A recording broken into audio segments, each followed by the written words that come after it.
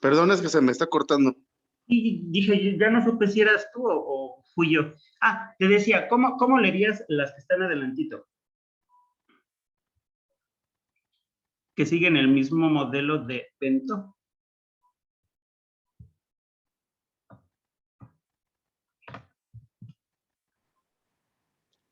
A ver, déjame, es que como estoy en mi pantalla se ve así como del celular se ve chiquito.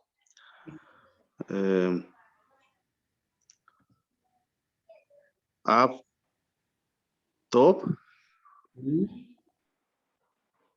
sí, ¿no? Exacto. ¿Y cómo lo traducimos? Buen padre. Exactamente. Ahí la traducción en español serían dos opciones. Un padre bueno o un buen padre. En español podemos hacer las dos. Pero en hebreo siempre tienes que respetar el orden. Primero la persona y después la descripción. Esta.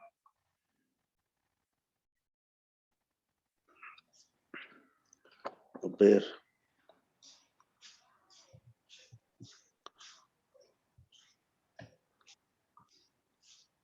No entiendo, no veo bien la primera.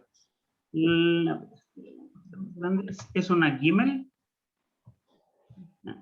Pero los puntitos de abajo no sé cuántos son. ¿Es A? Es una rayita. Es que sí. ¿Gab? ¿Es Gab? Y la segunda letra, larga por abajo.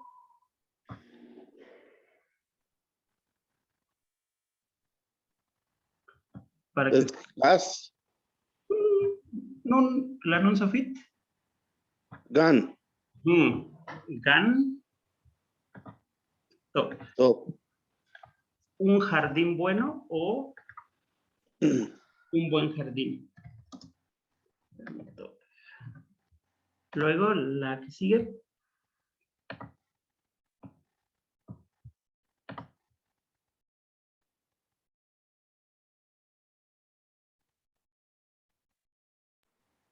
No veo los puntitos.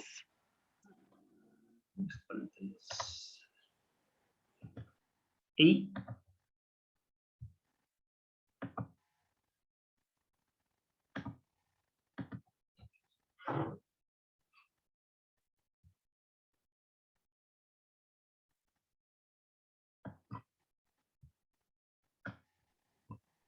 o Shin, Mem Sofit y dos puntitos abajo de la Shin. Es Sem. Y el puntito a la izquierda, a la derecha, perdón. Shem. Shem Top. ¿Y qué era Shem? No sé. Entonces, ahí está. Lo que quería que checaras es, uno, ya superamos la parte de la lectoescritura en general. Ya estás leyendo bien, solamente que voy a tratar de hacer más grandes las letras y que se vean bien los puntitos. No, es que también se me rompieron mis lentes y no traigo lentes. También es eso. Ok, entonces, con el vocabulario, ¿cómo puedes practicarlo? Uno, haciendo listas. Por ejemplo, una lista como la que está aquí arribita. Poniendo la palabra en hebreo. Si necesitas la fonética, entonces, por ejemplo, aquí pondrías, escribes har, luego la fonética y el significado. Y por repetición, har, montaña, lev, corazón, ben, hijo, gan, jardín. Luego, empezar a combinar las palabras con, por ejemplo, el adjetivo. Y que hagas series y digas har,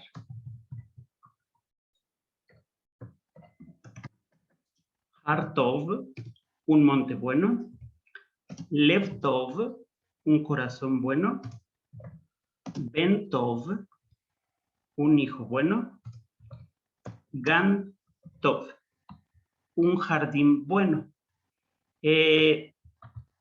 La idea es, por ejemplo, que hagas esto en una misma hojita o en un espacio donde tengas todo el vocabulario que vas a aprender y lo tengas a la vista. Para al momento de estar haciendo las frases o las oraciones, no confundas los significados. Esa sería una forma de aprender vocabulario. Lo estás practicando dentro de frase u oración. Y otra forma es estudiando también con las hojitas que les mandé. Estas. ¿Sí las tienes? Sí, creo que sí las imprimí. Ok, entonces, ¿cómo te va a ayudar? Lo que ayuda es la parte visual. Entonces, ya el material te da el estímulo visual, te está dando la imagen que representa el significado de esta palabra, y lo que tú tienes que hacer es dar el estímulo auditivo, o sea, leerlo en voz alta, y tal vez te ayudaría también a escribirlo. Hacer, por ejemplo, aquí adelantito, una serie de 5, ¿no? Entonces, ves la palabra, la lees en voz alta, God, y escribes acá adelantito, God, God, God. Luego, dag, dag, dag. ¿Cuál otra forma? Es que ahí va a depender de tu estilo de aprendizaje. Y pues esas serían como las maneras en las que yo les recomiendo estudiar su vocabulario, con estímulos visuales o utilizando los modelos. De hecho, la idea es que ahora que reempezamos, partiéramos o empezáramos otra vez desde frases chiquititas, así como estas que están, como las que vimos hace ratito. Entonces, no importa si no te acuerdas de todo el vocabulario que vimos en el primer bloque, vamos a volver a revisar todo el vocabulario para reescribirlos y utilizarlas. La idea es que no te quieras adelantar, o sea, que no quieras correr antes de aprender a gatear. Ok. Y que no te me desesperes. Por ejemplo, si no te acuerdas, no pasa nada. De hecho, a esta clase sí entró tanto Angélica como Deyanira. ¿Se acuerdan?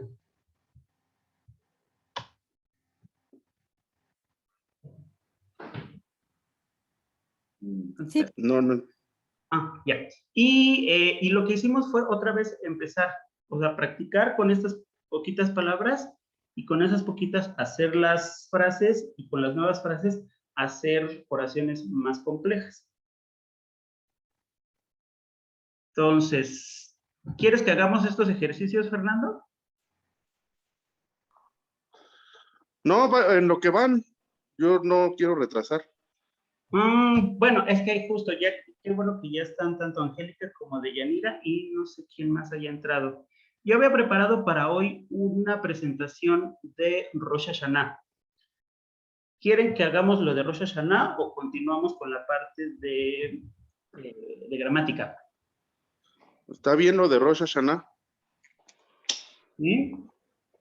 Deyanira y Angélica. No me opongo. Yo tengo una pregunta. Shem es señor, ¿verdad? No, ese es nombre. ¿Nombre? Pero literalmente es nombre. Sin embargo, en muchas es una forma que se utiliza también para sustituir el nombre de Dios. Como en Hashem. Exactamente. En Hashem lo que hicimos fue poner el artículo. Shem solito significa nombre o un nombre de cualquier cosa o persona. Si le ponemos el prefijo ha, entonces va a ser Hashem, el nombre de alguien en particular, o el sustituto para no decir el nombre de Dios. Sería algo así como decir el innombrable. El nombre que no se nombra. Ok, muchas gracias. Muy bien. Pero sí, sin problema, yo apuntadísima a la clase de repaso del vocabulario. Muy bien. Y si quieres, seguimos Duda. con Rosh Hashanah. Perdón. Ok, ¿qué pacho? Del Hashem. El Hashem es el nombre, es como decir, el nombre solo es ocupado para, no sé, Dios o algo así. Lo que pasa es que vas a tener los dos usos, depende de la oración. Por ejemplo, puedes encontrar Shem Tov. Y esa es una frase que simplemente está describiendo a un nombre cualquiera. Un nombre bueno. Nombre bueno. Por ejemplo, si quisieses decir, tengo un hijo y no sé cómo llamarlo. Un rabí te diría, debes de buscar un nombre bueno o un nombre adecuado. Entonces, ahí podrías utilizar Shem Tov. Luego, Hashem solito sería para referirnos a Dios. En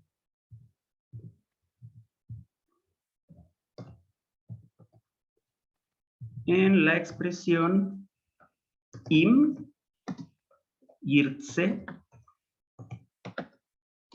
Hashem. Im Yirtze Hashem literalmente significa si Dios quiere.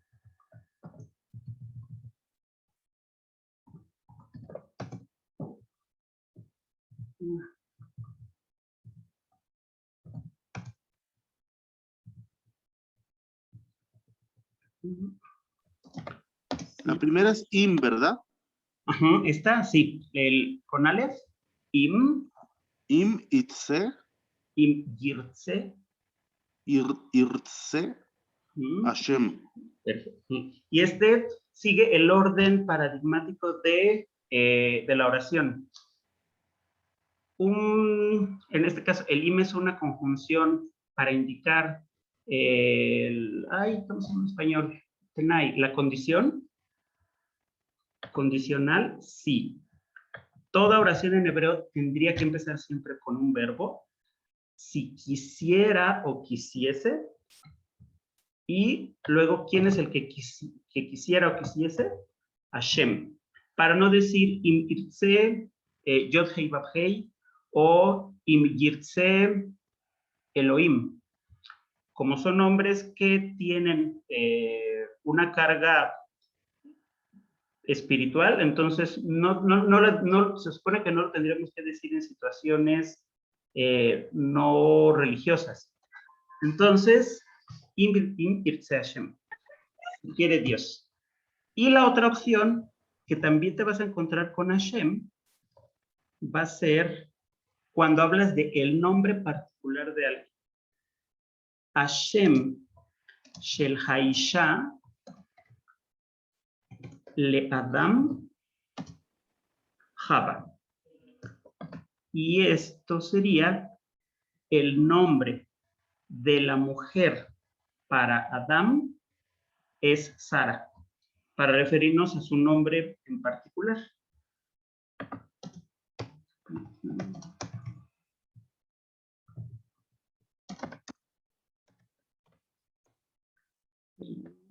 De la mujer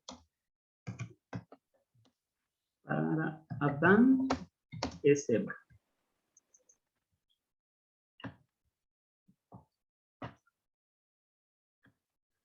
Ahí está, entonces, como te decía, pueden ser las tres cosas.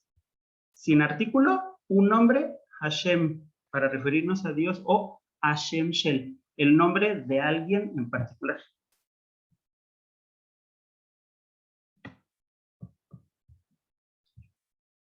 ¿Sí? ¿Más o menos queda claro? ¿Y cómo digo que mi nombre es tal? Buena pregunta. ¿Cuál crees que utilizarías? ¿Shem o Hashem? Hashem. Exactamente, porque es el nombre en particular tuyo. Hashem Sheli. El nombre que es para yo o el nombre que es de yo. Fernando. O también podrías decir Shmi. Fernando.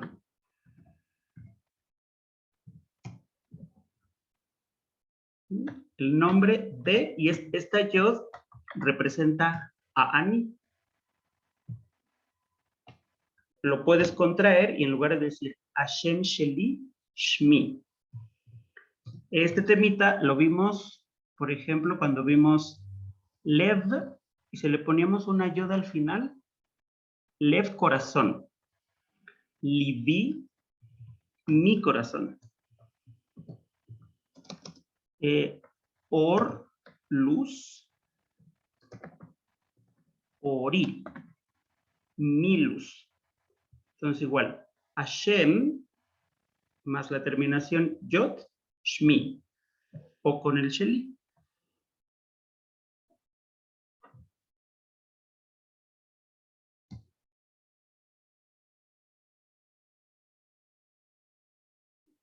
Ok. Ok, ¿cómo dirías? ¿Cómo pondrías el nombre de el nombre de el monte o de la montaña, que es la palabra que está aquí, de las palabras que están aquí arribita? El nombre de la montaña es Sinaí. Hashem. Sinaí. Ay, perdón. De Hashem. Sheli. y Shel es el de. Y ahora montaña.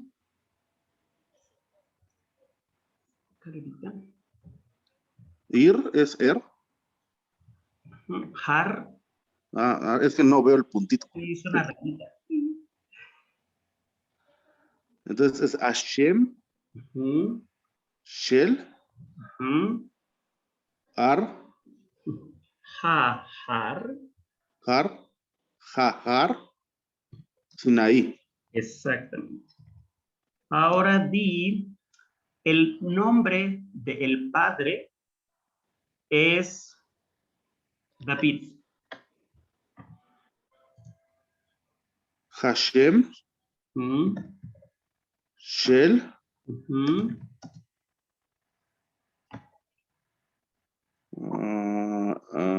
Ab. Y el padre. Jaab. Exacto. ¿Y cómo se llamaba? David. David. Yes. Hashem Shel Hahar Sinai. Hashem Shel Aab David. ¿Cómo dirías? Igual utilizando las palabras de arriba. El nombre del caballo es Aleph.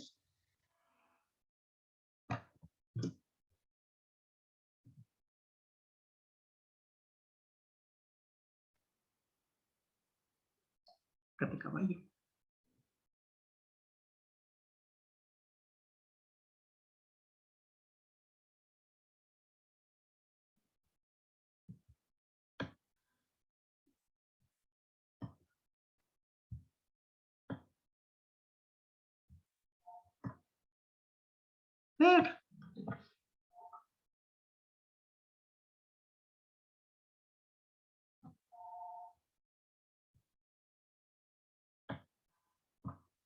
Fernando.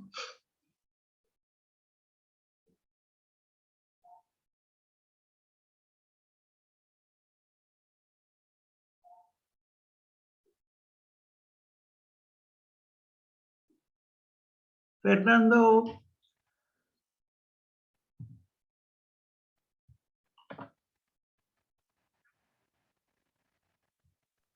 Lo perdimos. Creo que ya se fue, ¿verdad?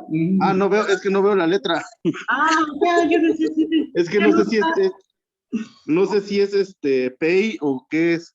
Ah, es una samej, porque es una pelotita solamente. Ah, Samej. Ujú. ¿Y la otra es Nun o es Es una vav. Bab? Ajá. Entonces es. ¿Y qué puntitos tiene caballo? Ah, La U es la vav embarazada. mu, Mubam. Mm, a ver, otra vez. Es el nombre del caballo. Ajá, es Hashem, Ujú, Shel, ujú. Ja, es que no veo puntos. A ver, ya te la puse acá. Y la Samej, ¿qué puntos tiene? Ah, la vocal de la samej es la vav con puntito en medio, la U. Ajá. Ah, ok, sus. Muy bien. Y inventa. Entonces, Hashem, Shel, Ja, sus. Ujú. Así, ¿no? Y ahora inventa el nombre. Aleph, ¿no? Era. Ujú, muy bien. Entonces, Hashem Shela Sus Ale. A esto me refiero cuando te decía minería, perdón, de frases. Que con el poquito vocabulario que empieces, repitas y repitas y repitas la estructura. Hashem Shela Sus Ale. Ahora voy a cambiar las palabras. ¿Cómo dirías? El padre del hijo es Salomón. Jabab, Jaab. Jaab, Jaabab. No es Jabab, no, Jaab, Shel, hijo era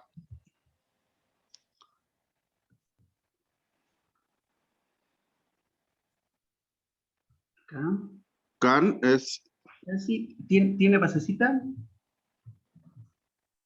Van, Ujú. Ben, Ben. Y Shlomo. Salomón. Ujú. Entonces, diferentes palabras, pero misma estructura. ¿Cómo dirías? El jardín el jardín del innombrable es Edén. Mm, Hagen es Hagan. Hagan, Ujú. Hagan, Shel, Elohim, Ujú. Y una manera de no decir Elohim o Yod Hei Vav Hei, como acá en esta. Hashem, Hashem. Hagan Shel Hashem. Hagam, Shil Hashem, Ujú. Es Edén. Eden, ¿no? Ujú. Ese queda igualito. Edén. ¿Sí? ¿Sí quedó clara el cómo tendrías que hacer tus frases o tus cadenitas de oraciones? Sí. Ok. Luego, espera. Bueno, ¿alguna duda de esto que ahorita vimos? Sí, ¿por qué no se puso es Eden? Nada más se dice Eden. Ah, porque es nombre propio. Y los nombres propios, igual que en español, no llevan artículo. Es que nosotros en español sí decimos el Edén. ¿Por qué? Porque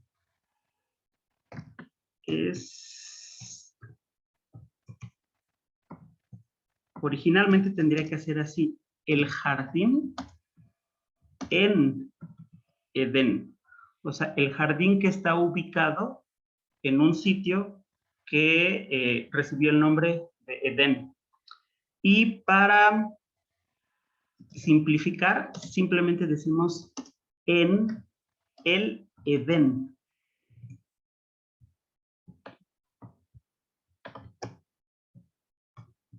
En el Edén, pero te estás comiendo o nos estamos comiendo el jardín. Entonces, cuando dices en el Edén, realmente es como si dijeras en el jardín en Edén, y Dios puso al humano que había creado en el jardín que está en Edén. Si esa era tu duda, ¿no? De por qué aquí no se puso el... Sí, más o menos. Ajá. Porque es nombre propio.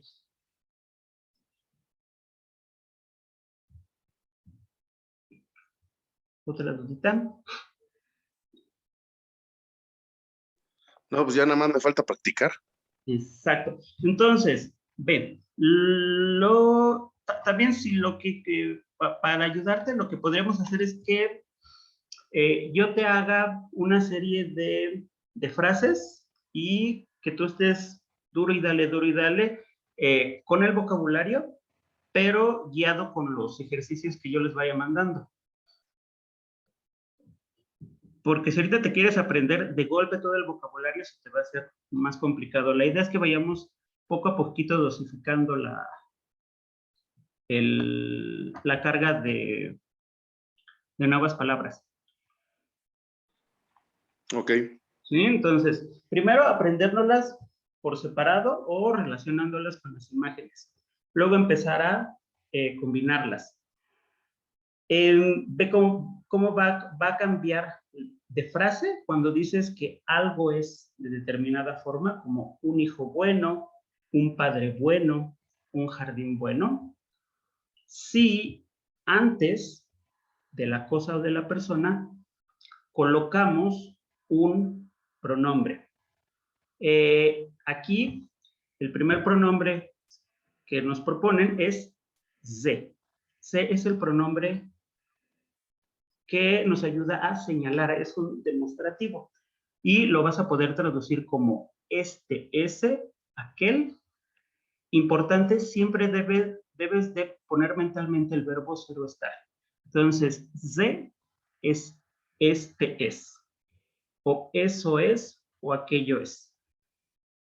Como ze es el sujeto y está señalando a la cosa de lo que estamos hablando, esto ya es una oración. No es lo mismo decir, Bento, un hijo bueno que, a si nos dicen, se ven, ese es un hijo. Es una afirmación y al mismo tiempo lo estamos señalando. Hay una relación tal vez de proximidad, este hijo que está aquí cerquita o ese hijo que está allá lejos. Entonces, esta sería una oración nominal porque no hay verbo. Pero ya tiene la información, ya está formado por su sujeto y su predicado. Entonces, Seaf, ese es un hijo. ¿Alcanzas a leer esta? ¿O te ayudo? A ver, es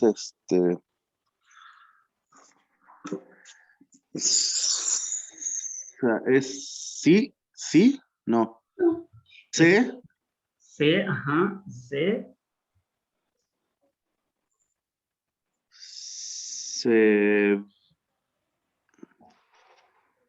se ven, muy bien.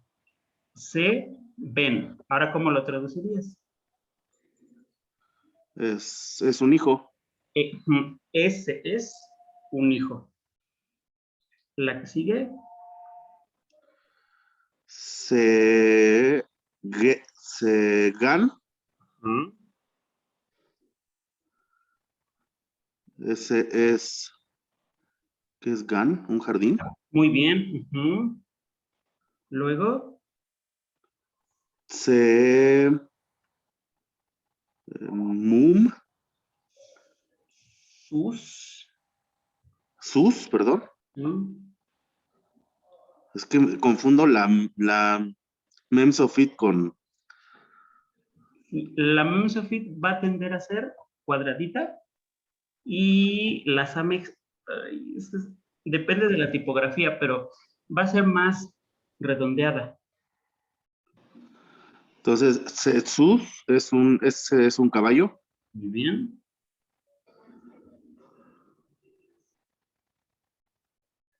Y Sehad, muy bien. ¿Cómo lo traducimos?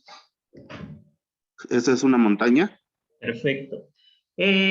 Aquí, ¿por qué se pone tanto énfasis en que ze es pronombre y lleva en automático el verbo? Y dos, que las palabras que acompañan a ze están solitas. Cuando lo traducimos, pues vemos el es, lo tenemos que poner desde el español, pero también una información que hay que agregar en español es el un. Entonces, se ven, este es un padre, se va a diferenciar o va a ser diferente a si tuviera el artículo. Ze'av, este es un padre. Ze'ha'av, este es el padre. La diferencia entre una y otra es que arriba, cuando no hay artículo en la palabra, estás generalizando o estás hablando de un padre cualquiera o desconocido. Mientras que en la de abajo, cuando dices Ze'ha'av, estás señalando al padre que es conocido, al padre que es específico o que se mencionó anteriormente. Al momento, por ejemplo, de hacer o de analizar traducciones, yo he llegado a checar que mientras que en el texto bíblico la palabra no tiene artículo, por alguna extraña razón en la traducción lo ponen como si fuese definido. Y ahí tenemos que recordar que sí hay una diferencia importante en significado entre si una palabra está indefinida de cualquiera del montón porque no es conocido, o si es definido, o sea, si lleva el artículo.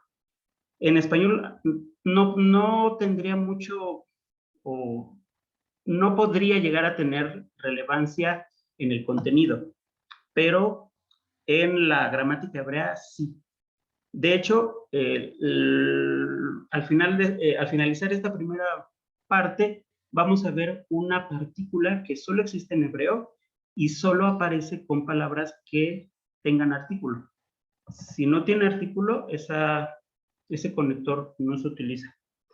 Entonces, ahí para que nos acordemos, el artículo es bien importante porque define y hay una separación de las cosas que son indefinidas, ocupan un espacio en la gramática, y las que tengan artículo, otro.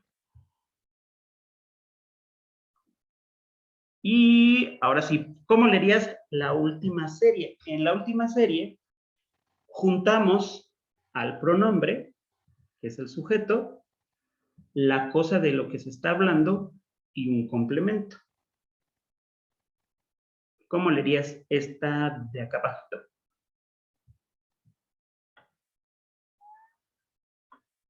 A ver. Se van, se Uh-huh. ven, Uh-huh. se ven, tú, Y el puntito está arriba. se ven, top. Todos. Uh-huh. ¿Y cómo traducirías tomando en consideración lo de arriba? Ese es un hijo bueno. Exactamente. La de ladito.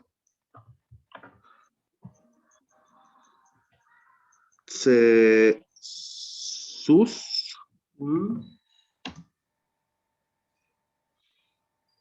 Top. Perfecto. ¿Y su traducción? Ese es un caballo bueno. Perfecto. Y ves, ya no te costó trabajo acordarte ni de sus ni de Tov. Ujú. ¿Sigue? Gan. Ujú, Top. ujú. Ese es un jardín bueno. Muy bien. Y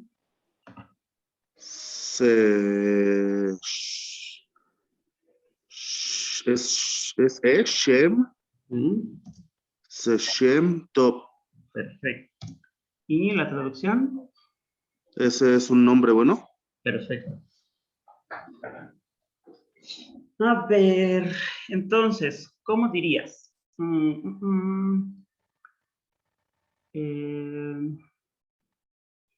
El nombre de el hijo es bueno.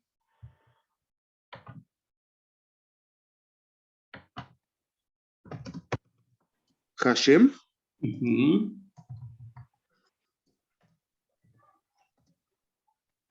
Hashem Tseben. Shel ha,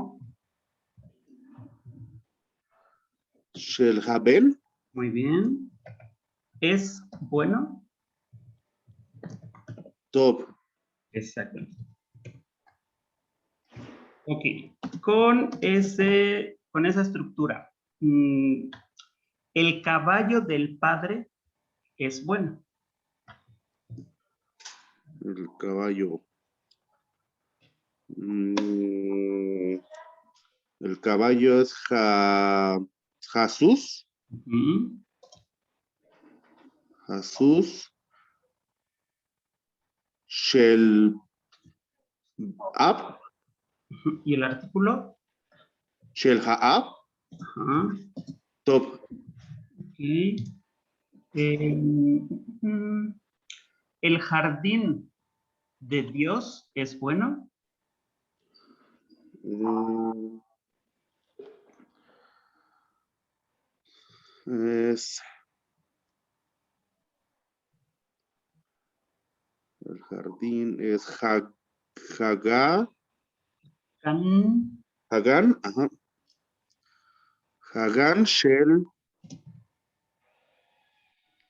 El jardín de como de Dios, el innombrable. Shel Shem. Ujú. Top.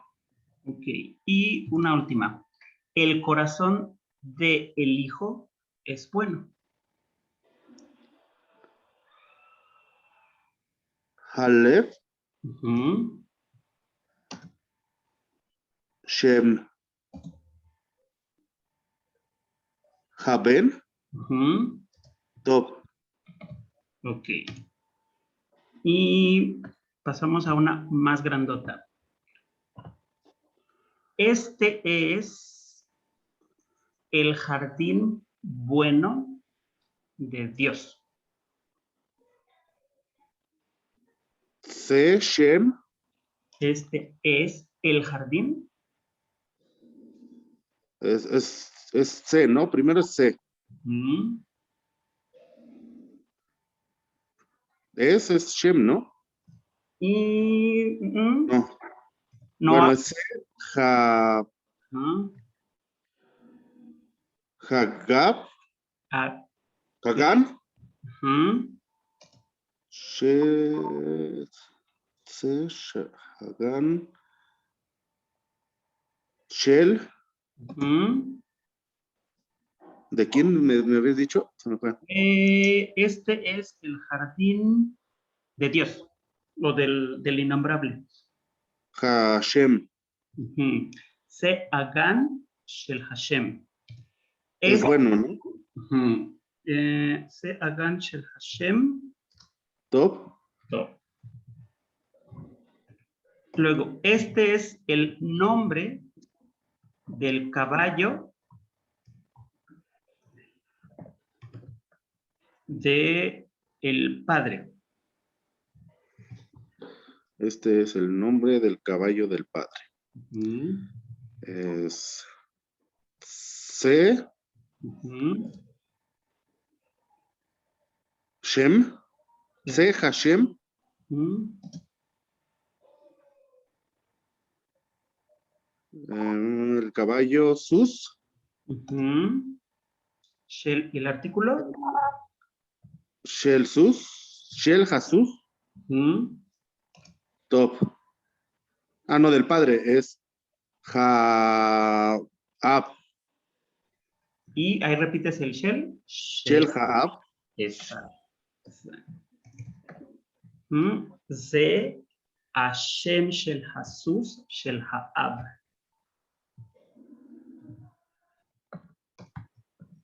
Qué caray. ¿Cómo ves? ¿Viste cómo partimos de palabras aisladas como Shem? Luego hiciste la frase Shem Tov. Luego la oración nominal Se Shem Tov. Nombre. Un nombre bueno. Este es un nombre bueno. Y el nombre de papá, tal cosa. Ok, sí. Sí. ¿Sí? Entonces, ahorita vamos a hacer lo mismo con la siguiente diapositiva. Angélica y Deyanira, ¿tienen alguna dudita de esto? ¿Ustedes ya lo habían visto? De momento bien. Lo nuevo es Shell. Sí, eso me lo salté en la sesión de ustedes. Realmente ese shell a veces puede no aparecer. Es un conector que aparece en el hebreo bíblico tardío y no necesariamente lo van a ver. Ok, entonces, ve Fernando. Vamos a hacer lo mismo, pero ahora vamos a agregar un nuevo vocabulario. ¿Quieres que haga más grande la parte donde está el vocabulario para que alcances a ver bien?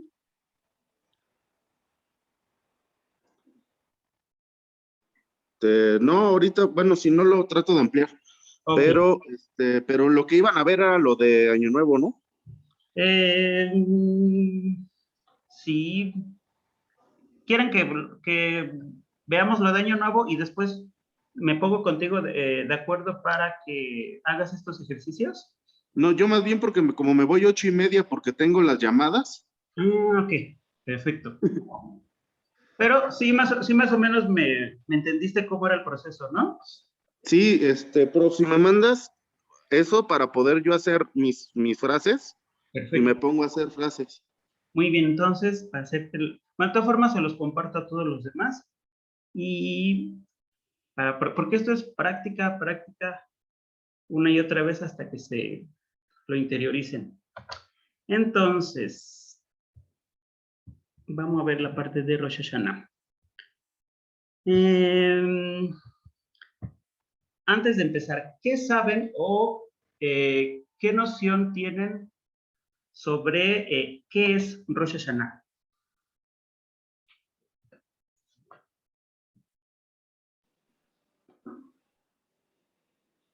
Nada, no pude entrar a esa clase.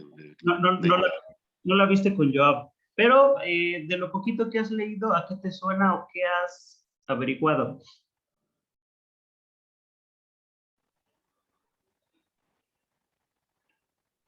Que es el inicio del año Sí, muy y bien. que es el previo al Yom Kippur, que son 15 días, ¿no?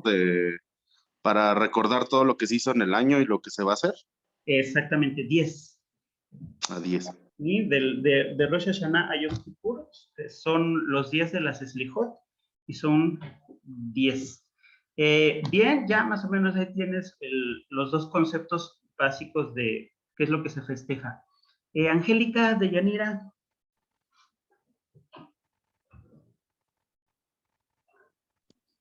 Yo básicamente sé casi lo mismo, tampoco pude entrar a la clase con Joab.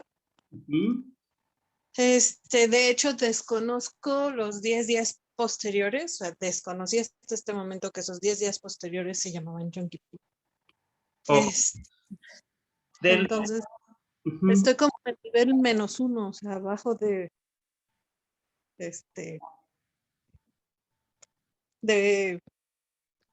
Fernando. Ok, bueno, muy bien. Entonces, Angélica, tú cuéntanos, ¿qué Yo has igual sabía muy poquito, lo mismo que dijeron los compañeros, más que es el aniversario de la creación del mundo, ¿verdad? Exactamente. Muy bien. Entonces, sí, en general, bien, tienen los dos conceptos básicos. Para entender qué es lo que festejamos en Rosh Hashanah, es importante que veamos de dónde vienen las palabras que forman el nombre de la festividad. Si las separamos, tendríamos en primer lugar la palabra Rosh. Rosh, literalmente, como lo vimos en la segunda, tercera clase, significa cabeza. Sin embargo, además de indicar connotativamente la parte superior del cuerpo, también va a tener dos significados paralelos. El primero es el de inicio, comienzo, principio, porque se hace una metáfora en cuanto al nacimiento. La vida empieza, la vida del ser humano o de cualquier animalito que venga por vía ovípara, va a ser por la cabeza. Entonces, lo primero que llega a esta realidad o al mundo es nuestra cabeza. Y también va a tener el significado de, aquí yo les puse director, pero hace referencia a la cabeza que toma decisiones o quien manda o quien tiene la autoridad de hacer cambios. Entonces, primero serían estos dos significados, el de inicio, el comienzo de la vida, y el de tomar las riendas o poder encauzar una decisión. Luego, la palabra Shana, que literalmente es año, se deriva del verbo Shina. Y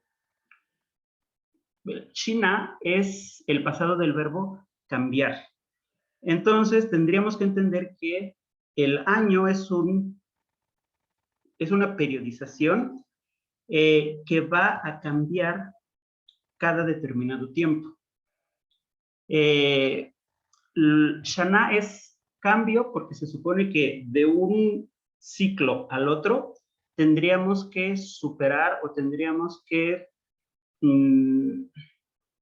ser diferentes en esencia de lo que fuimos el año anterior y de lo que fuimos hacia atrás. Entonces, el año representa eso, el año representa el avance del tiempo, pero con el objetivo de cambiar para mejor. Entonces, ¿qué es Rosh Hashanah? Primero sería el periodo, el inicio del periodo cíclico caracterizado por el cambio, previo al inicio como tal del año. Para que nosotros podamos empezar con ese proceso de renovación, con ese proceso de ser mejores, se tiene que hacer una introspección, una evaluación y un redirigir nuestras conductas o redirigir nuestros objetivos para mejor. Entonces, en esta parte entra lo que decía Fernando, es el inicio también de la evaluación. En Rosh Hashanah, ayer y antier, se supone que el Eterno abrió tres libros. El libro de la vida, el libro de la muerte, que suena muy feo, y el libro del medio. De acuerdo a todas a nuestra conducta, a cómo nos relacionamos con los demás, con el entorno y con nosotros mismos, el Eterno hace una evaluación para que 10 días después, justo en Yom Kippur es el día de la expiación, nuestro nombre sea inscrito finalmente en alguno de esos tres libros.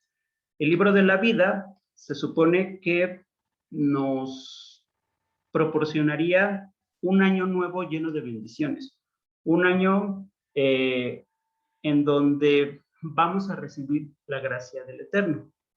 Luego está el libro de la muerte, que no significa que nos vamos a morir, pero si nos ponen ahí, significa que no fuimos los seres humanos más piadosos o más compasivos, o nos entregamos solamente ¿cómo decir? Que no me gusta utilizar la palabra pecado, pero vamos, que no, nuestros actos no fueron del agrado 100% del Eterno.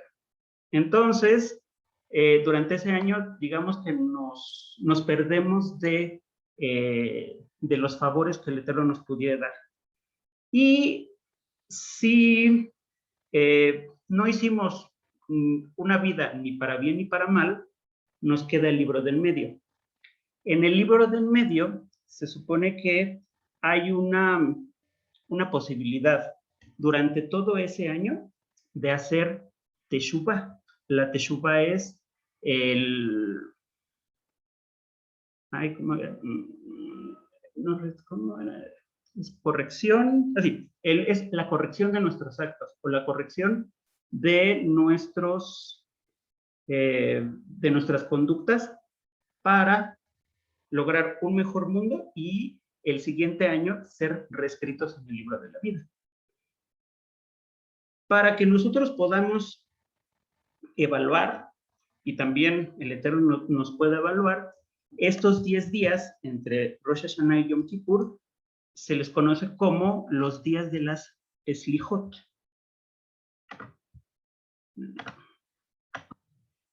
Entonces, Yemei Aseret Slijot. Son los 10 días del perdón.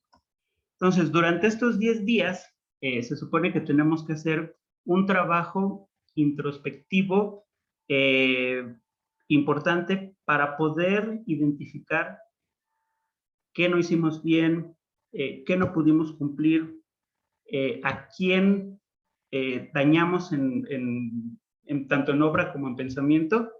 Y lo más importante de estos 10 días es, 1, lograr el perdonarnos a nosotros mismos y cancelar todas esas cosas que no pudimos lograr o que no le pusimos el empeño suficiente. Y también buscar, perdonarnos a nosotros mismos y pedir perdón a las demás personas a las que hubiésemos podido ofender. La idea es que lleguemos a Yom Kippur no con las manos vacías, o sea, la idea es que tú no puedes pedir del Eterno expiación si primero no te perdonaron las personas a las que ofendiste o no te perdonaste a ti mismo. Este concepto que tiene que ver con la rectificación, con la teshuvah, va encaminado a esta partecita, al concepto de Shana como cambio, pero un cambio positivo, un cambio que nos haga mejor persona. Para poder ejercer un cambio, tenemos que forzosamente deshacernos o quitarnos de encima lo que no nos dejó ser mejor, lo que no nos dejó ser mejores personas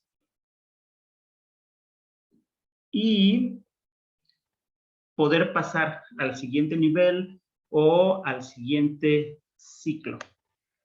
De hecho, si revisamos la literatura bíblica, tan solo en el Tanaj, en la Biblia hebrea, se citan estos 5 sucesos que ocurrieron en el 1 de Tishrei, o sea, en Rosh Hashanah, cuando se festejó el inicio del año. Y en estos sucesos, o en estos ejemplos, podemos ver que hay un cambio. El cambio representado en la raíz de Shiná.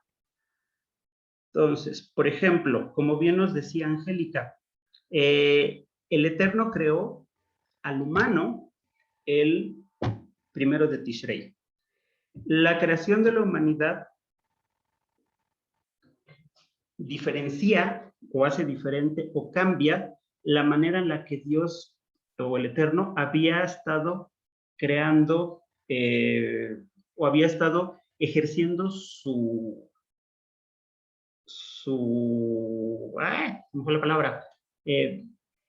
actividad creativa. Teníamos primero la palabra Yetzirah. ¿Se acuerdan qué era Yetzirah?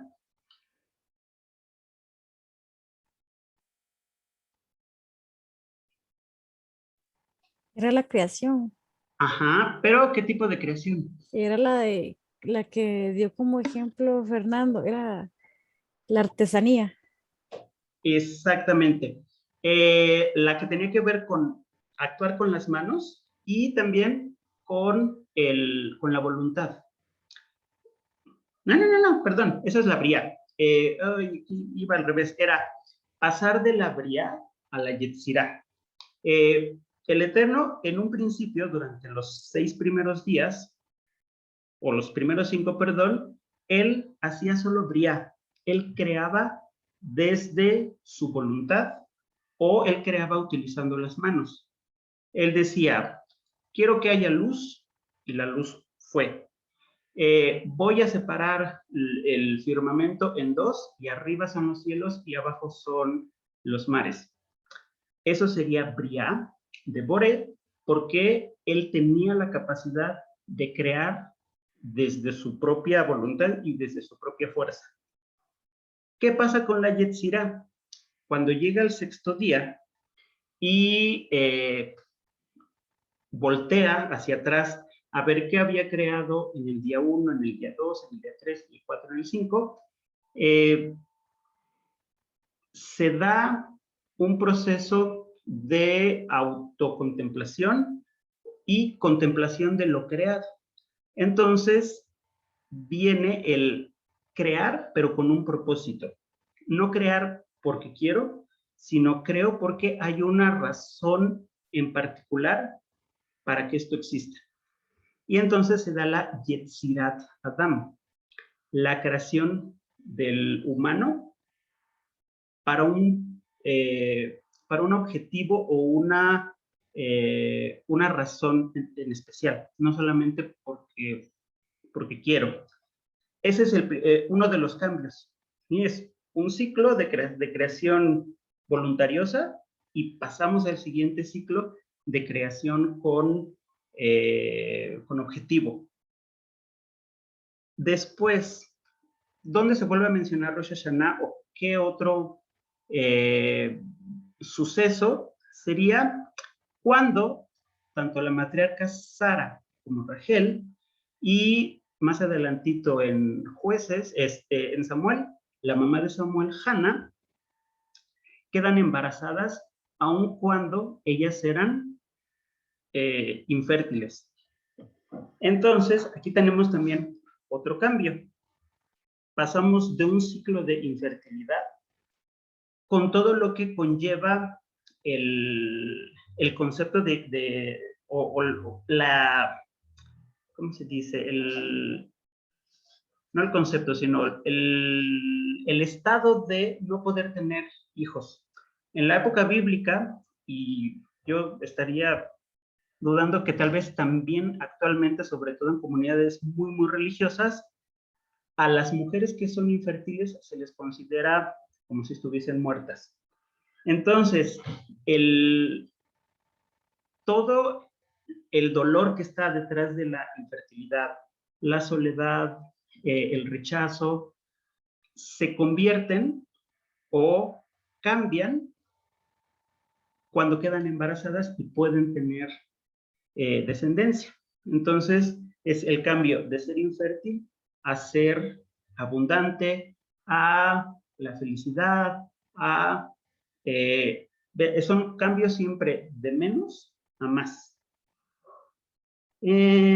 La Torah también nos dice que los 3 patriarcas, Abraham, Isaac y Jacobo, nacieron en un día primero de Tishrei, o en el primer día en la primera luna nueva del otoño. ¿Qué lleva aquí o qué simbolizan ellos? Ellos simbolizarían el tránsito de ser politeístas a ser monoteístas, de dejar atrás la idolatría y reconocer que solamente hay un creador. ¿Qué más? También ellos representan la unidad de Israel. Sin los patriarcas, Israel no hubiese podido llegar a convertirse en un pueblo. Entonces, es el tránsito de estar disueltos a estar unidos bajo una religión, una creencia y bajo una identidad nacional. Luego, también tenemos que en Rosh Hashanah, José sale de prisión. Otra vez, la metáfora del cambio. Pasar de la opresión, pasar de vivir injusticias, de estar, por ejemplo, en la cárcel sin ser culpable de algo, a recuperar la libertad. Y en Esdras y Nehemías, y al final del Tanaj, también se menciona que una vez que regresan la gente de Judea y de Benjamín del exilio en Babilonia, empieza la reconstrucción del segundo templo. Nos trae otra vez la idea o el concepto de renovación. Con todos estos ejemplos, ¿a qué llegamos? A fortalecer o a hacer énfasis en el significado real de la fiesta. Uno, que para que tengamos un inicio, para que podamos emprender algo, primero tendríamos que hacer un periodo o tenemos que hacer un espacio, un periodo de tiempo de introspección para valorar y evaluar qué sí me sirve y qué no me sirve para seguir creciendo como persona. Y el significado del año como eso, como un periodo en el que tenemos que cumplir con determinados objetivos. Y una vez que se acaba ese periodo de tiempo, cambiar nuestras prioridades en función de esa evaluación que hacemos con la cabeza y seguir adelante, seguir adelante. Aquí también otra de las metáforas que se mencionan mucho en estos días para Rosh Hashanah es el derecho que tenemos todos los seres humanos a reempezar de nuevo. La vida no tendría que ser un lineal, sino es la sucesión de muchos ciclos que nos permiten llegar a ser las personas que somos hoy. Entonces, más o menos queda clara esta parte de la simbolización. Sí, está interesante. Lo que no entendí bien es lo de el Clijot. ¿Dónde? Los Yemei Aseret Aslijot son los días los 10 días del perdón. Entre que empieza el año y Yom Kippur, buena parte de la introspección que tienes que hacer, la tienes que hacer hacia ti mismo para tú reconciliarte contigo mismo y no estar llevando encima, ¿cómo decirlo? Como la carga de no pude hacer lo que quería hacer, no me pude comprar lo que quería, no pude ser una mejor persona. Ser lo suficientemente maduro y decir, ok, no lo puedo hacer y deshacerte de esa carga. Entonces, en esos 10 días haces esa reflexión para contigo mismo, pero también haces un proceso de perdón con tus seres queridos, con la gente que te rodea. Porque para poder llegar al día de la expiación, primero te debiste de haber perdonado tú, primero te debieron de haber perdonado a quienes hubieras lastimado, y ya entonces podrías tal vez recibir la expiación del Eterno.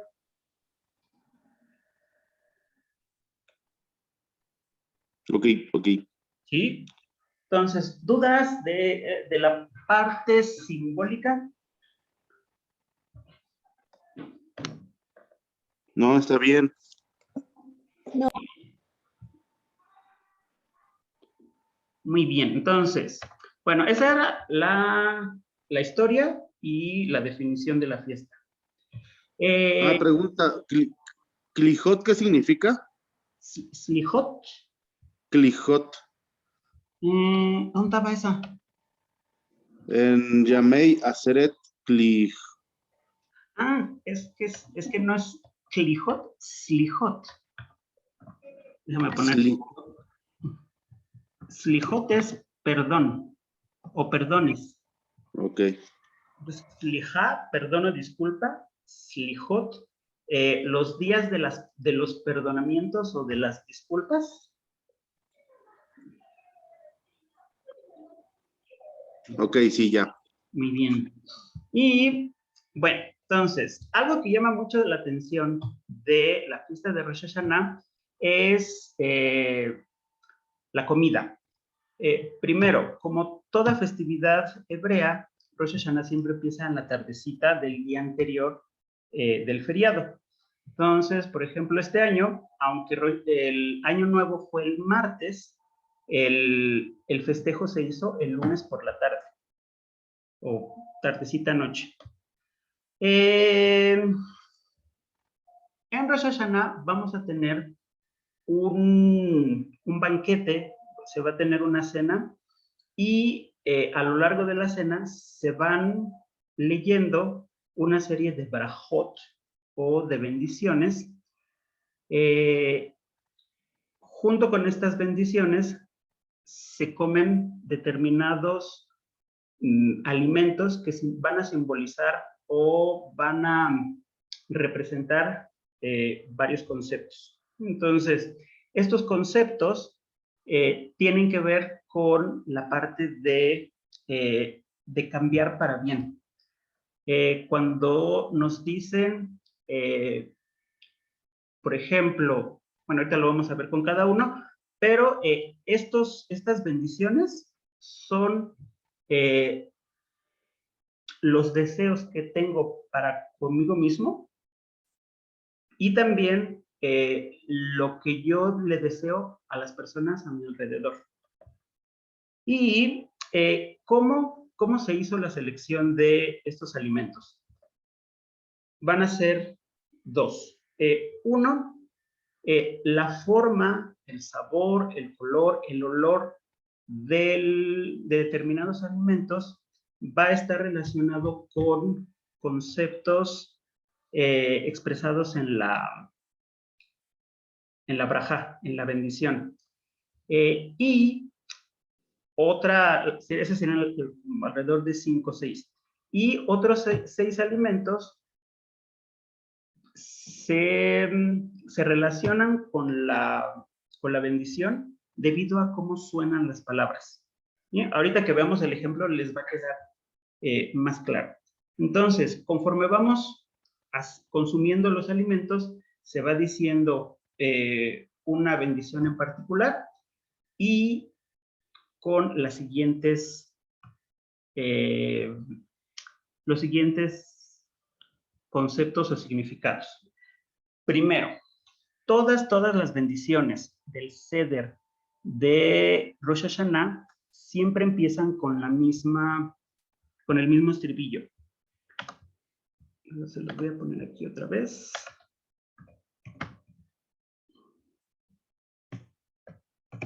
A ver, ¿quién quiere leerlo?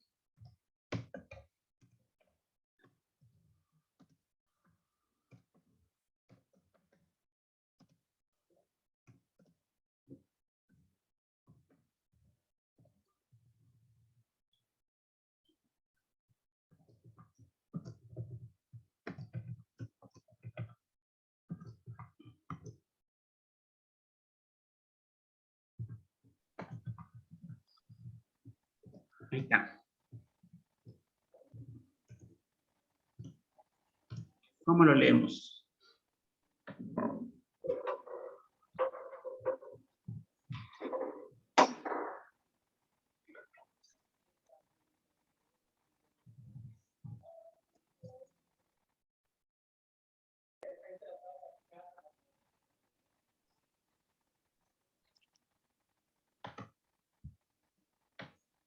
Chicos, La primera, ¿mandé? la primera se puede leer. Ajá. A ver, ¿cómo la leerías? Yehie, Yehia, Yehiei, Yehi. Yehi,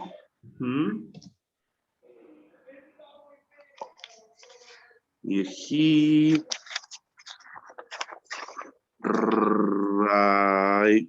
Rayo, Sadi.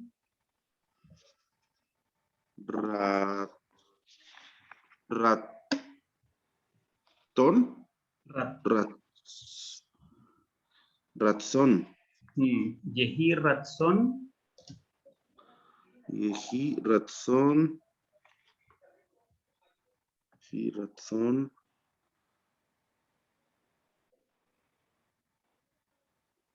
Mil, ¿es mil? Muy bien.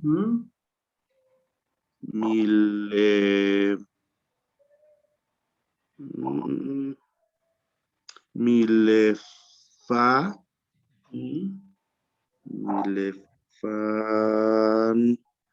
Milefane, Fanei, ¿ese es Nun o Kaf? La Hafsafit.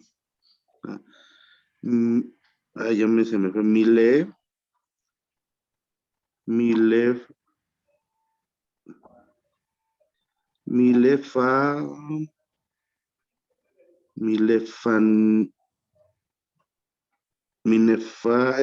Minefalija. Muy bien, ahí está. Perfecto. Yehi Ratzon Milefaneija. Yehi es el imperfecto de ser o estar. Sea. Ratzon, voluntad. Milefaneija. El mi es el de. Y luego, faneija es una forma muy bonita de ti. Si haces la traducción literal, sería algo así como, sea voluntad desde tu frente, y eso se traduce mejor como, sea tu voluntad. O sea, la voluntad que emana o que sale de ti.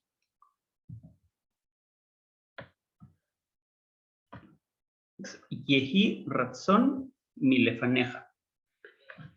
Volvemos al tema para conectarlo con la parte de la gramática, tenemos que buscar siempre el verbo en primera posición.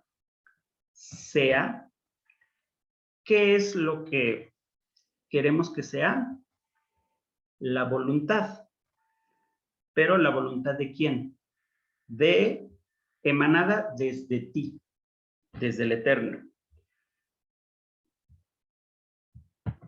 Y ahorita, como lo vamos a ver en cada una de las brajot, todas siempre van a empezar con esta frasecita. Yehi Ratzon Milefaneja. Que sea tu voluntad.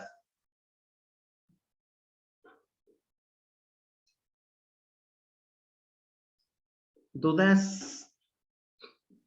No, está bien. Ok.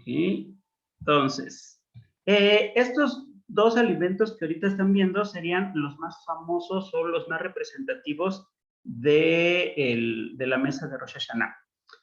Uno, la miel y la manzana. Tapuaj es manzana. Tapuaj, manzana.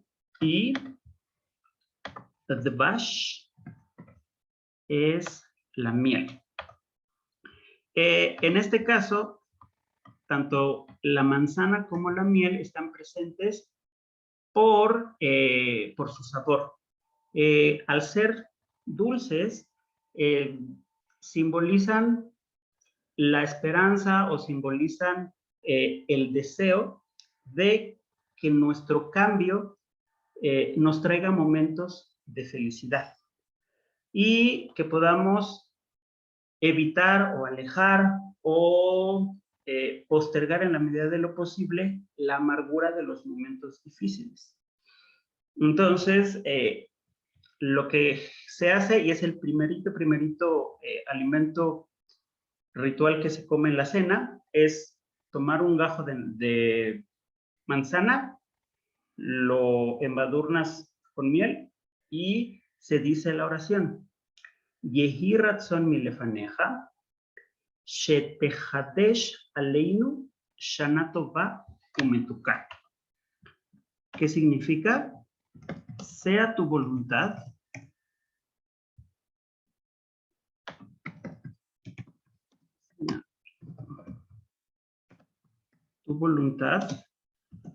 que renueves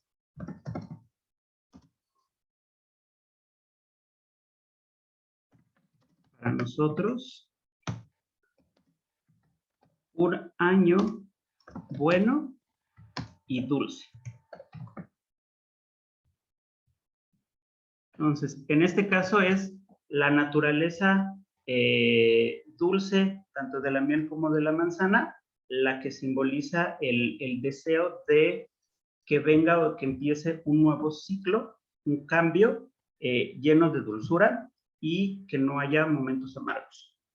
Entonces, ese es el primerito alimento que comemos. Después de la manzana con la miel, lo que se come es la granada. ¿Y por qué la granada? La granada, si ustedes abren una granada y alguien les dijera, si pudieses volver a meter los granos de la granada en el mismo espacio, ¿podrías o no? Sí, dime, Fernando.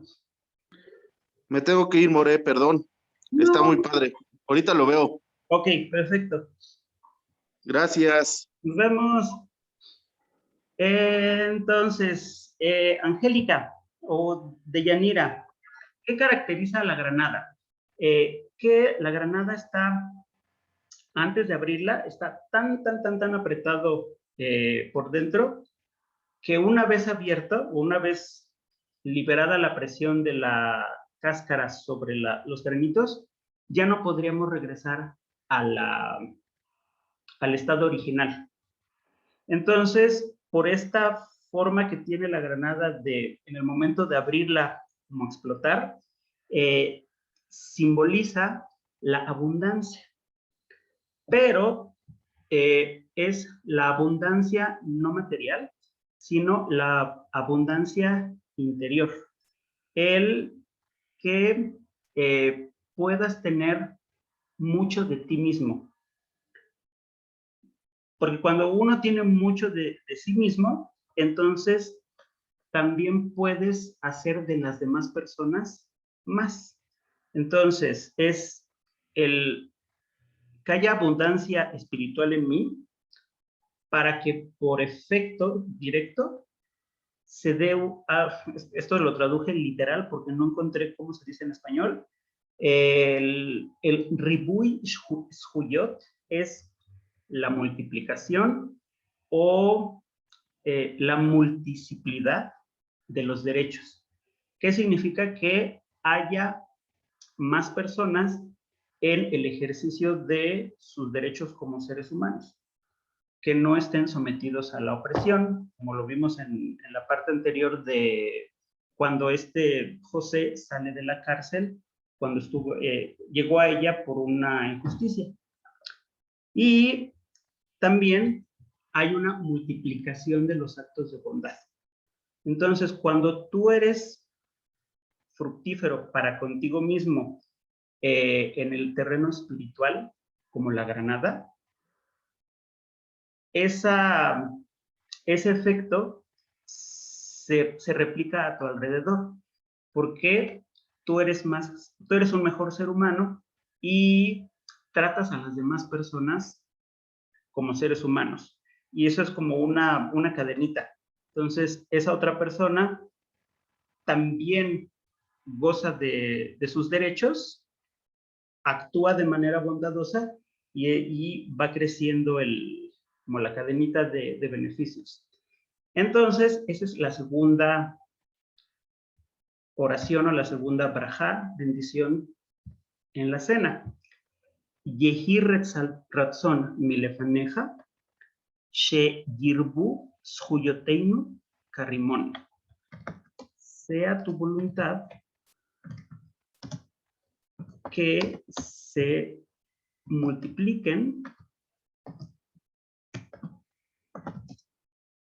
nuestros derechos, o sea, las cosas a las que tenemos, a las que nos ganamos por acto o por naturaleza, como la granada. Entonces, esas serían las dos primeras, ¿cómo se dice? Las dos ideas centrales de Rosh Hashanah. El desear para mí mismo y para los demás un año dulce, alejado de la amargura de la tristeza, del enojo, y al mismo tiempo ser fructífero conmigo mismo, porque si soy fructífero conmigo mismo en mis pensamientos y en mis actos, entonces lo reflejo hacia las demás personas con actos de bondad. ¿Dudas con estas dos primeras? No. ¿Seguras? No. Ok, entonces tenemos estas que son un montón de comidas. De los alimentos rituales que tienen que ver o expresan algo de acuerdo a su forma o a sus características, como la miel y la manzana, que son dulces, o la granada, que esconde adentro un montón de cosas, va a ser la cabeza. Entonces, en la mesa, en el centro, siempre tiene que aparecer la cabeza, ya sea de un pez o de un cordero. ¿Qué representa la cabeza? como lo vimos en la definición de Rosh Hashanah, la cabeza representa el comienzo de algo, o el comienzo del nuevo ciclo, el comienzo del nuevo año. Y en la braja dice algo muy bonito.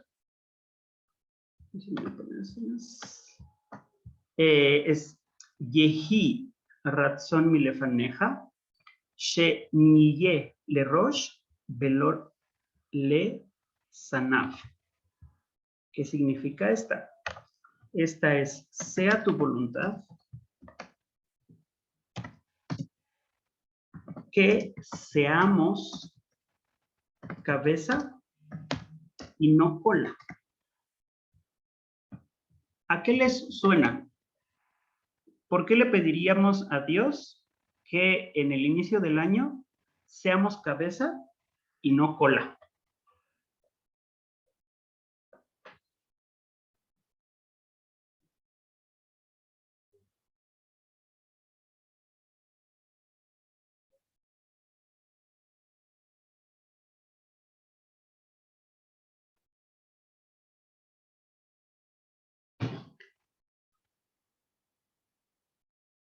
No. Estar como en el inicio, encabezando un nuevo comienzo. ¿Y por qué en el principio tenemos que ser cabeza y no cola? Bien, como decías, el inicio es inicio. Y los inicios siempre tienen que ser correctos o tienen que ser adecuados. La vida empieza, o la vida de un ser humano empieza cuando su cabeza sale al mundo exterior. Y no al revés, los niños no nacen por las piernas. Dos, aquí el significado de cola tiene que ver con lo que quedó atrás. Entonces, sea tu voluntad que seamos cabeza y no cola, es concentrémonos en aquello que estamos por iniciar y olvidémonos o que dejemos atrás lo que ya pasó.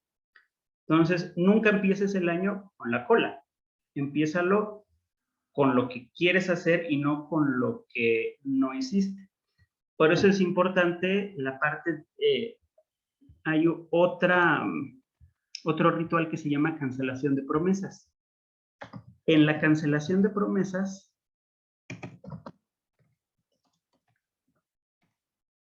justo la idea es que te deshagas de la cola, que te deshagas de esa cola que tal vez no te permite hacer cambios importantes y empezar el ciclo de forma más eficiente o de forma correcta. Entonces, durante la cancelación de promesas, te concientizas de aquellas cosas en las que en algún momento te comprometiste a realizar, reconoces que no las pudiste hacer y te perdonas. Por ejemplo, en mi familia lo que hacemos es o dibujarlas o escribirlas como una cartita y quemarlas. Entonces hay un ritual que te permite, necesitarías de ese ritual para cerrar el ciclo de pérdida y que tu año si lo empieces con la cabeza, o sea, concentrada en el inicio real y no vayas jalando las cosas que te pesan o que no te permitieron el año pasado hacer lo que querías y que seguramente si no las descargas este año, te van a seguir como acarreando problemas. ¿Y? Entonces, por eso decimos así, de, sí, permítanos ser cabeza y no cola. Luego, la otra es Yehi Ratzon Milefaneja She Nifra Be Mirba Kedagim. Entonces, sea tu voluntad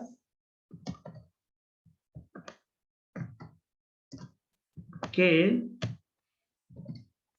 fructifiquemos y nos reproduzcamos como peces. Y normalmente aquí siempre me dicen, pero no, ya teníamos una que tenía que ver con la abundancia.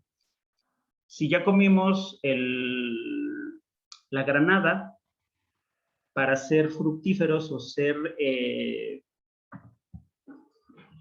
abundantes, fértiles, ¿por qué vamos a repetir la brajá, la bendición? Aquí sí se hace referencia a una abundancia material. Primero, ¿por qué dice reproduzcamos? Que nosotros nos reproduzcamos. En la época bíblica, el tener una familia numerosa significaba tener bonanza económica. Entonces, en especial, el pez sí hace referencia a ser abundantes, o sea, a que no nos haga falta nada material. Siempre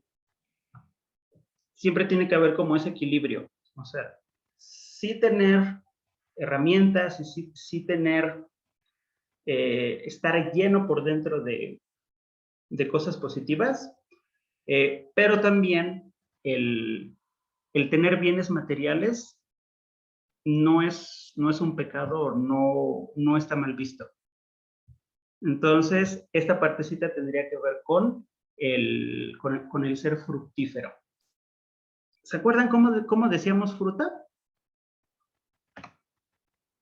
¿O fruto?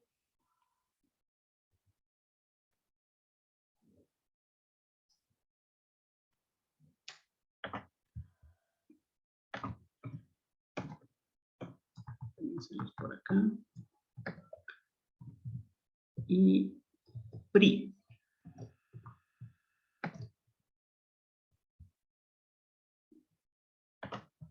Entonces, PRI, fruto, y aquí está el verbo, ni fre, fructificar. Entonces, vean que la raíz de PRI se volvió a repetir. Entonces, como es algo físico, por fuera, no era como la granada, por adentro. Y peces, cabeza, la miel y la manzana, junto con la granada, son los alimentos que representan o simbolizan un deseo de acuerdo a su propia naturaleza. La cabeza como un inicio correcto, los peces como símbolo de abundancia, en este caso abundancia material, la manzana y la miel para un niño dulce, que no haya amargura, que no haya tristeza, y la granada para la riqueza o la abundancia espiritual, la interna. Los demás alimentos rituales ya no van a ser o no van a estar relacionados con algún concepto en particular que representa la verdura o la fruta. Aquí lo que se hizo con la braja es buscar el nombre de una fruta o de una verdura o de un grano y su sonido se parece o recuerda a algún concepto en particular. Entonces, como se los puse aquí en el lado derecho, vamos a empezar con este. Por ejemplo, tamar. Tamar significa dátil.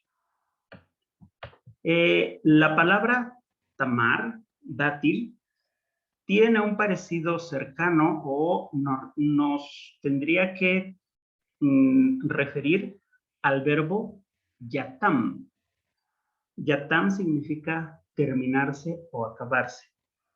Entonces, como tamar me recuerda a yatam, entonces lo vamos a utilizar para desear que nuestros adversarios, nuestros enemigos se extingan o se acaben o a mí no me gusta el verbo literal. El verbo yatam se los puse ahí como terminarse, acabarse, aunque se utiliza más como morir.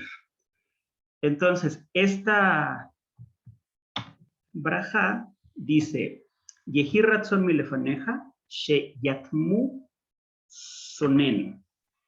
Literalmente es, sea tu voluntad que sean terminados, aunque también puede ser el verbo morir, nuestros adversarios.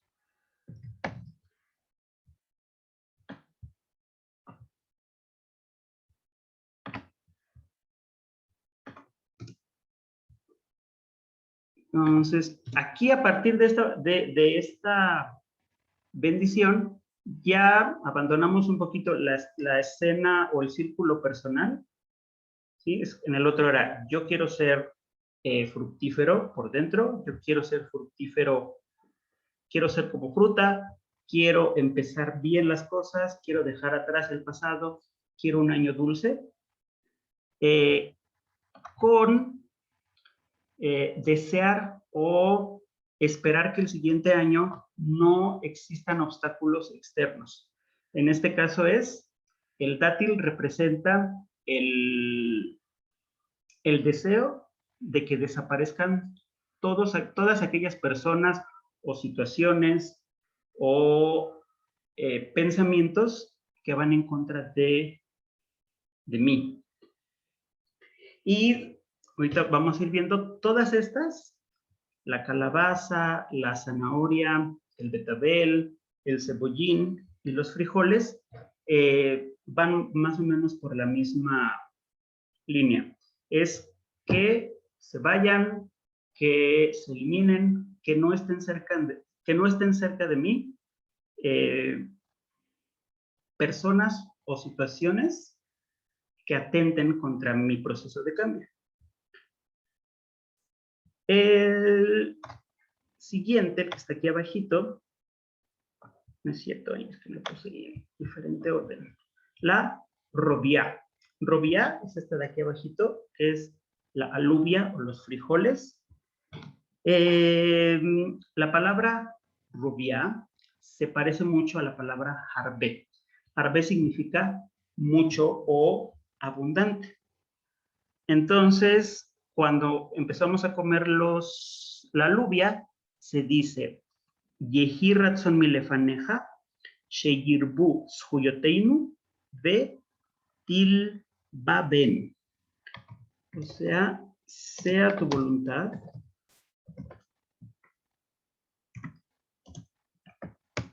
que se multipliquen nuestros derechos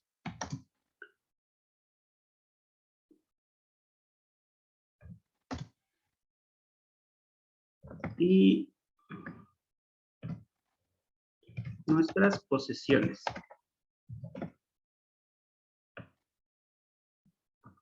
Igual para diferenciarlo de la parte de la granada. Dijimos que la granada era también la multiplicidad de los derechos y que haya más actos de bondad. Volvemos a lo mismo, recuerden que el rimón es por dentro. En este caso es que haya más derecho o que haya más derechos o que se dupliquen nuestras posesiones, pero que esto venga desde afuera. Por ejemplo, ¿qué es? Ay, lo de la granada es la justicia propia y con los frijolitos es la justicia que dependería del entorno, de las demás personas.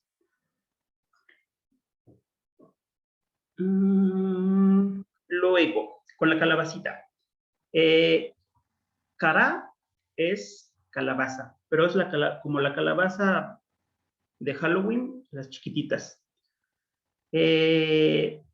Y calabaza es el nombre de la calabaza en arameo. Cara suena mucho al verbo cara, que significa cortar. ¿Por qué se come la calabaza?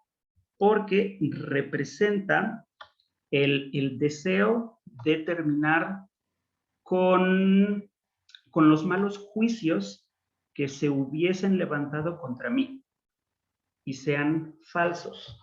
Entonces es Yehi Ratzon Milefaneja, Shetikra Rak Geser Dinenu. Sea tu voluntad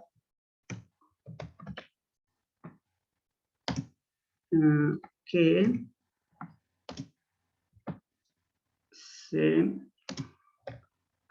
corte en el sentido de eliminar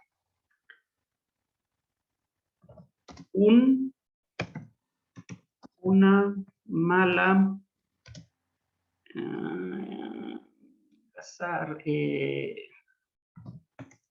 perdón, un mal juicio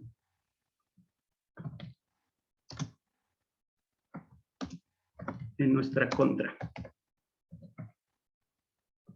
Entonces, la calabacita, eso representa que se terminan o que queden sin efecto las mentiras que se dijeron sobre nosotros. Con un significado más o menos parecido, vamos a ver a la zanahoria. Geser es zanahoria y suena como el verbo gazar. Gazar es dictaminar, llegar a un veredicto o llegar a una conclusión. Entonces, la braja es Yehi Ratzon Milefaneja, Shetixar Aleinu Geserot Tovot. Sea tu voluntad que se dicte juicio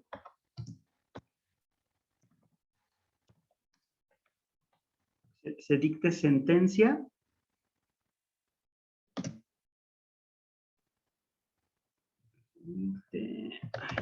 sobre nosotros sentencia justa. ¿Sí? Este va un poquito de la mano con el de la calabaza. En el caso de la calabaza es, si ya levantaron un falso testimonio contra mí, que sea eliminado, y en el segundo caso es que yo sea enjuiciado o que sea sentenciado con justicia. Luego, está el Selek. Selek es Betabel. La palabra Selek, Betabel, suena como el nombre Silek. Silek significa alejar, desterrar, llevar lejos, y en este caso es que no se nos acerquen las personas que nos desean el mal. Y un poquito va como con la función del dátil. El dátil pide que se acaben por completo los adversarios, mientras que con el betabel solamente pido que estén a distancia prudente y que espero que no me afecten. La traducción, Yehi Retzon Milefaneja, She Istalku, Oyevenu, Be Sonenu, Be Kol Mebakshei Raatenu. Sea tu voluntad que se alejen nuestros enemigos y adversarios y todo aquel que desea nuestro mal.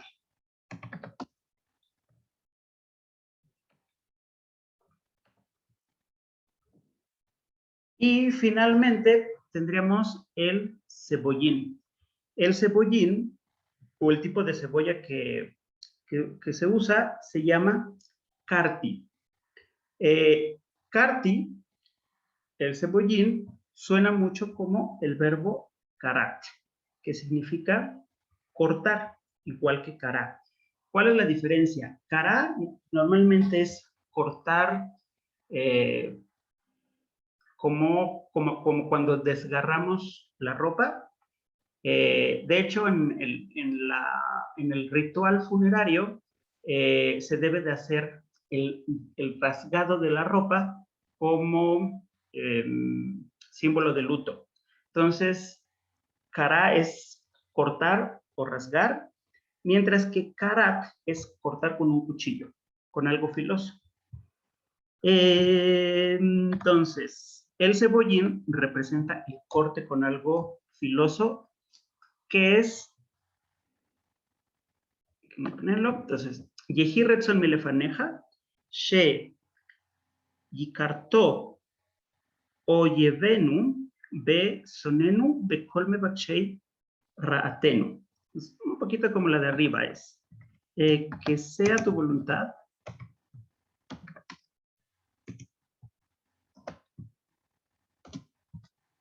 que sean cortados como de tajo con algo filoso nuestros enemigos y nuestros adversarios y todo aquel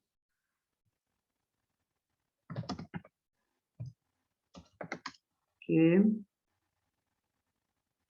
desea nuestro mal.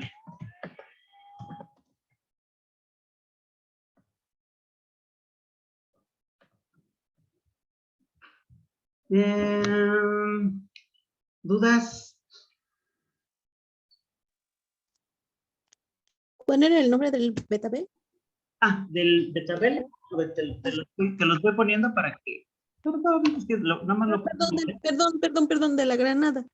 de Granada, Rimón. Limón, gracias.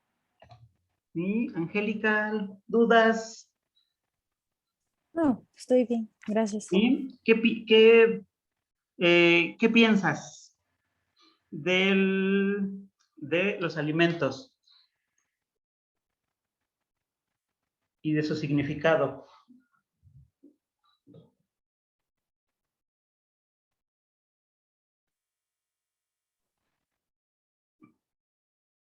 Que tiene su coherencia, Mm, cada cosa con su cosa, su simbolismo, exacto. como muy acorde a lo que tiene, a lo que va destinado. Y sobre todo que se abarcan ambas esferas, la esfera personal, lo que yo deseo para mí mismo, en todos los casos primeros, con la granada, con la manzana de la miel, el pescado y la cabeza, pero también tiene que ver con cómo nos relacionamos con el mundo exterior, con las demás personas. Y de nuestro deseo, pues siempre tendría que ser nuestro deseo estar lejos de aquello que nos provoque un perjuicio. Deyanira, Mande. dime tú, ¿qué opinas? Bueno, también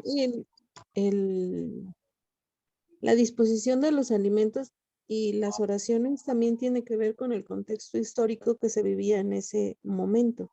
Exactamente. ¿A qué contexto histórico te suena todo esto?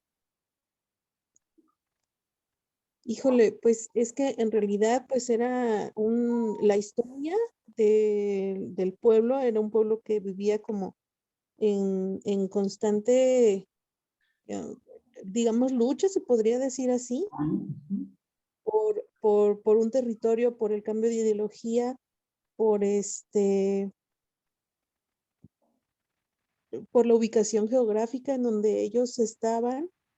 Y entonces, aun cuando estas oraciones tienen un significado mucho más profundo, pues también tiene que ver con esa historia que se desarrollaba en ese momento. Exactamente.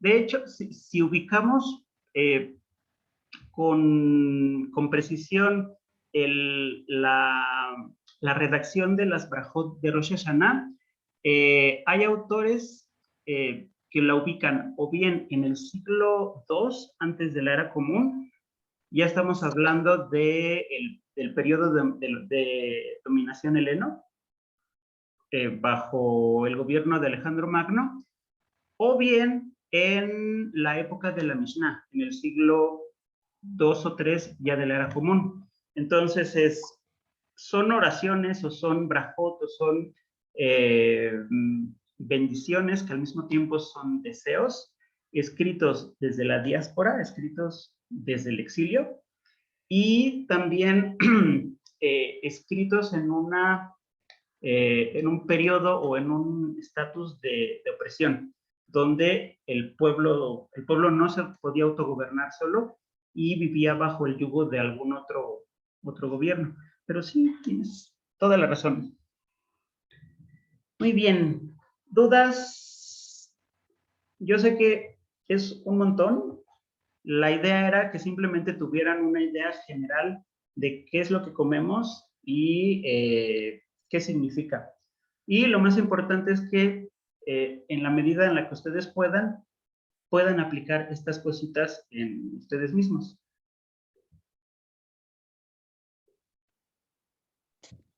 Al final, yo creo que en algún momento tú nos comentaste que antes, bueno, en ese periodo, era como una persona revelando luz para muchos, ¿Regulando qué, perdón?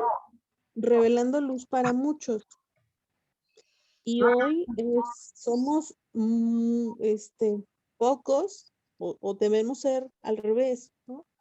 Muchos revelando luz, no solo una persona. Entonces creo que la celebración hoy en día, además de que me parece una celebración de verdad muy bonita, de mucha reconciliación conmigo mismo, de mucha conciencia, de mucha reflexión en el periodo en el que nos tocó vivir en este momento. En especial, además que es justo un periodo en el que pareciera que sí hay como un respeto a la individualidad, o sea, hay un respeto a las decisiones personales, pero en la práctica como que no tanto. Ok, entonces lo que tú nos decías es que el periodo, estos 10 días entre Rosh Hashanah y Yom Kippur, son estos 10 días de reflexión. De reflexión tanto interna como externa. Porque es justo el periodo previo a tu Shana, a tu cambio. Que no te quedes, ¿cómo se dice? Estancada o no te quedes estática, sino que siempre aspiremos a ser mejores, a ser más, a cambiar de la oscuridad a la luz, de lo malo a lo bueno, de lo poco a lo mucho. La próxima clase nos podrías hablar un poco de Yom Kippur. Sí, entonces quieren que les prepare algo así como esto. Por favor. Claro, con mucho gusto. Sería genial. Muy bien, entonces para preparar, porque Yom Kippur es un poquito más denso.